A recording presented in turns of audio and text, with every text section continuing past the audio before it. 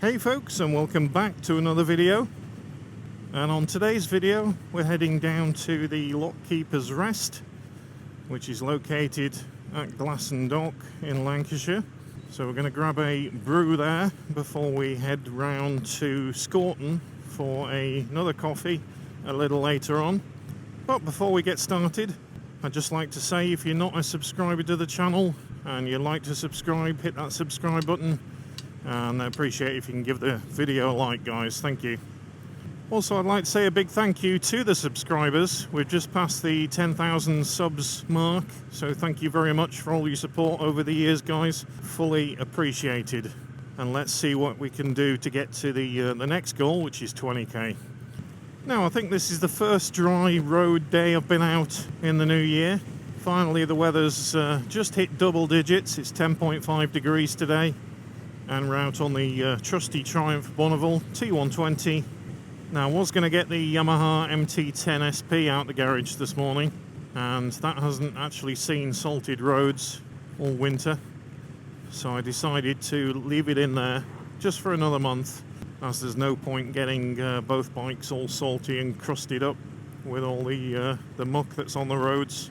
And also I wanted to get this to its run-in period of 600 miles. We're on about 225 so far, so that I can get this bike serviced before we head into the spring, and also to do some nice long trips on this motorcycle.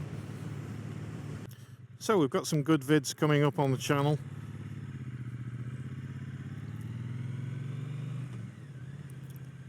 We've got the Motouk tracker that we put onto the Bonneville just here, and we'll show you that. This is the new version of the older version I put on the MT-10,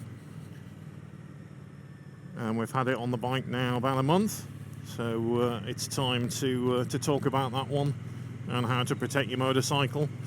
Also coming shortly is another roll top bag for the back of the bike, either this one or the MT-10, and that's the Lone Rider Overlander 30. It's got some unique features, so we're going to give you a look and initial thoughts on that bag, and then we're going to do some long-term testing on our trips this year with it and give you a verdict at the end. So we're just down at Glasson Dock just here. You've got the marina just coming up on the left-hand side, just there, and then just at the bottom here you have the snack bar where I'm going to grab a coffee. Be a few bikes down here today, I would imagine.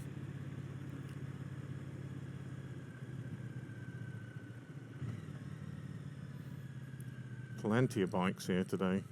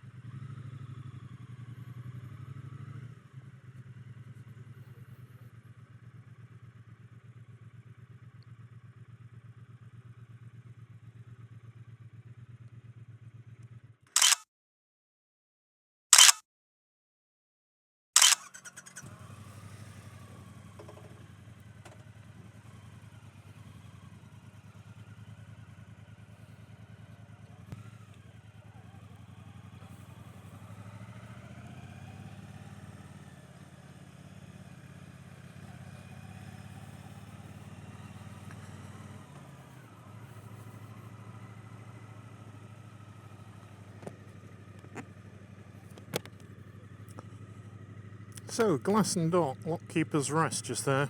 Plenty of bikes out today, not surprisingly.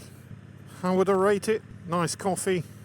Not tried much food from there before, but both of the bacon buns that I've had, the one last year and also just now, the bacon was a little bit dry, a little bit tough, if I'm being picky.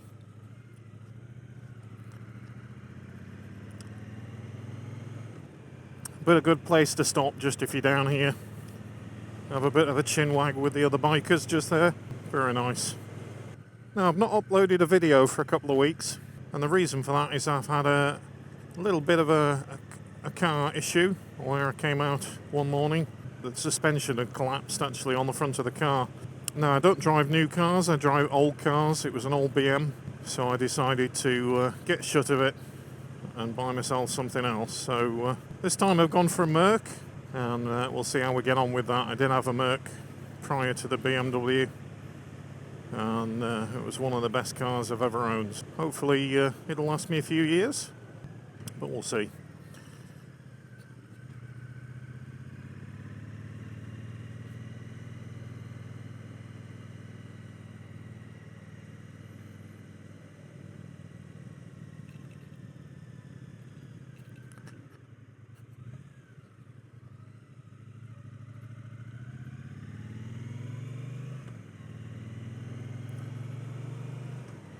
So we're just going to head down to Scorton now for our second brew of the day, and to one of my favourites actually. It's the little Citroën van in Scorton village.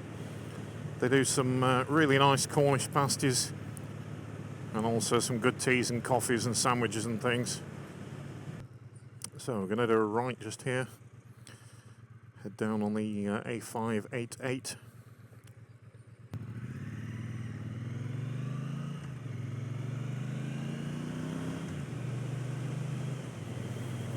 Now, a few of you might be wondering how I'm getting on with the T120 from a rider's perspective, and if you've watched some of our review videos on this bike, you'll understand that. But have I had any problems with it? With it being a brand new bike, you don't expect to have any issues with it. Well, I have to say I have had some issues with it actually. Literally, I think it was the second ride out on this machine, I was getting an engine warning light come up. Now I plugged my code reader that I use for cars into it. I think it's called an ODB plug, which is conveniently located just under the seat, and is the same plug and socket as the car one. So I was able to plug that in and instantly get a fault code, which I then Googled and found out that it was a clutch switch. Now, on the Yamaha MT-10 SP, I replaced a micro switch, which is on the actual front brake side. And yeah, I suspected when I got that the micro switch on the clutch wasn't good. So obviously that was defaulted from factory, really, when it was put on the bike. Obviously a dodgy switch. They're only micro switches. Sometimes you can get dirty ones, but this is actually a sealed one, so it's waterproof. Now, I could have done two things. I could have taken it back to the nearest dealer to me, which is Yule's in Blackburn, which is a fair old ride out, and obviously with winter here, not a nice ride at all down there. Just for them to look at it, plug it into an ODB reader, and then say to me, you know, your clutch switch is knackered, we'll order you a new one. Now, unfortunately, you can't just order the clutch switch, and more precisely inside the housing is the micro switch. Now, I couldn't find a micro switch online. Literally, it's two wires, by the way, and you just need to clip the old one off and solder the new one on, put some heat shrink on it, pop it back in the casing and screw it back on. Rather than go through a load of time wasting with the dealer, I managed to pick up from a scrapyard actually an old assembly, so a switch assembly on the left that was off a 2016 T120. Picked it up for about 25 quid I think in the end, so I got it for a good price. And also it came with the whole assembly clutch switch, and I was kind of fingers crossed that it was going to be okay and not have an issue. And literally it took me 5 minutes to fit the new one, solder it on. Touch wood, it's been okay since, no issues whatsoever. So I'm quite proud of myself to find the fault. And like I say, I could have got it done free of charge through the dealer network, but if you're a little bit handy with these kind of things and know what it is, then you can solve the problem. Now, originally I was just going to do what I've done on various other bikes, is just cut the wires, join the wires together, and then delete the clutch switch, which works on a lot of older bikes. But the problem is with the T120, you've got like an anti-stall, and also the cruise control is configured on the same line as well. So by joining the wires together, the cruise control wouldn't work, and it obviously didn't have the anti-stall anymore. Now what I mean by anti-stall is when you're in traffic jam, or through a town, and you're stopping and starting in first with the clutch in and out, it actually, when you let the clutch out, it just raises the revs a little bit to stop that stalling effect. And by twisting the wires together, I had no cruise control and it wasn't doing that anymore. So that's the reason why I replaced the switch. Otherwise I would have just binned it and kept the wires twisted together. Which brings me on to modern day electronics. So everything's connected these days. So if you do get a slight issue,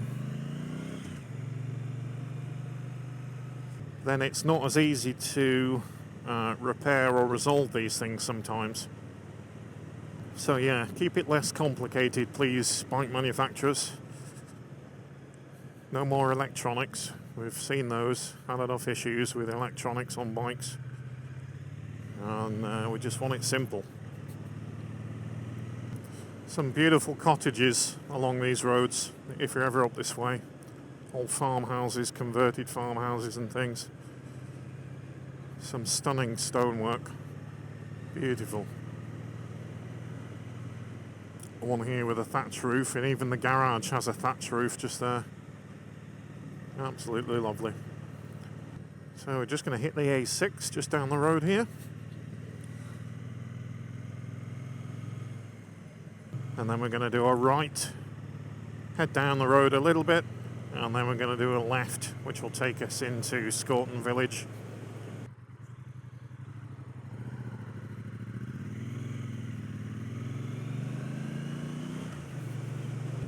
So yeah, we'll just do a left just here.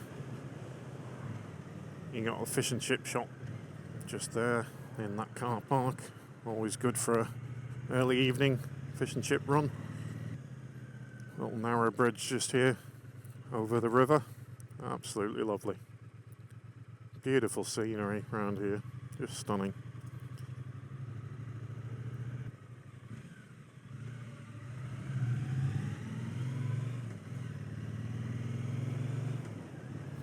And the village of Scorton. Little sign there, French polishers. You don't get many of those around, do you, these days? Some beautiful houses here.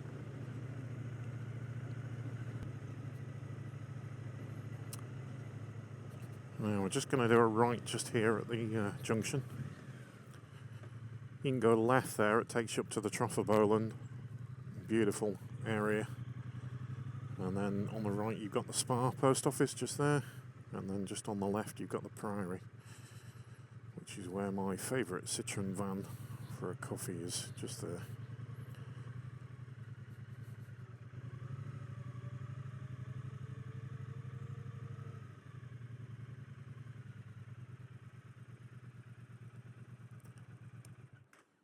Now if you're up in Scorton, I'm sure you'd love this little village. There's beautiful little cottages, some nice coffee spots.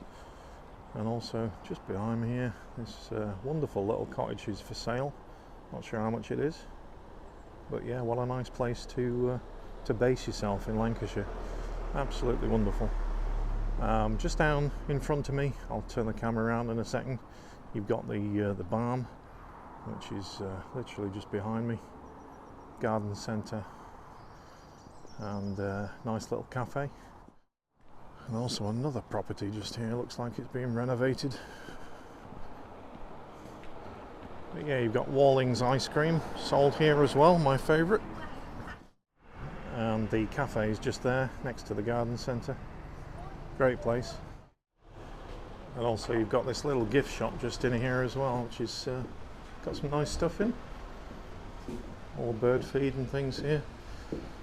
And then, yeah, lovely little gift shop just in there.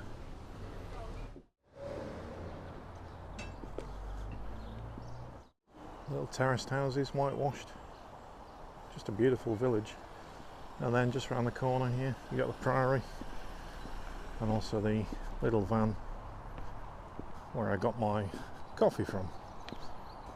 Some seating behind the Priory van just there. And then just up here you've got the Bonneville looking absolutely splendid today. I gave the tank coat of ceramic coating the other day. It looks absolutely mint. And the bag on the back there, that's the 9.8 litre Legend from SW Motouk. Just so handy for everyday essentials.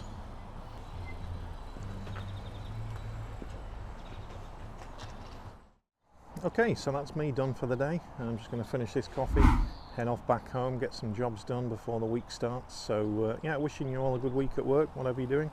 And if you're not subscribed to the channel, don't forget to hit that subscribe button and ding that bell for future videos coming up. And most importantly, give the video a big like, guys. Thank you very much.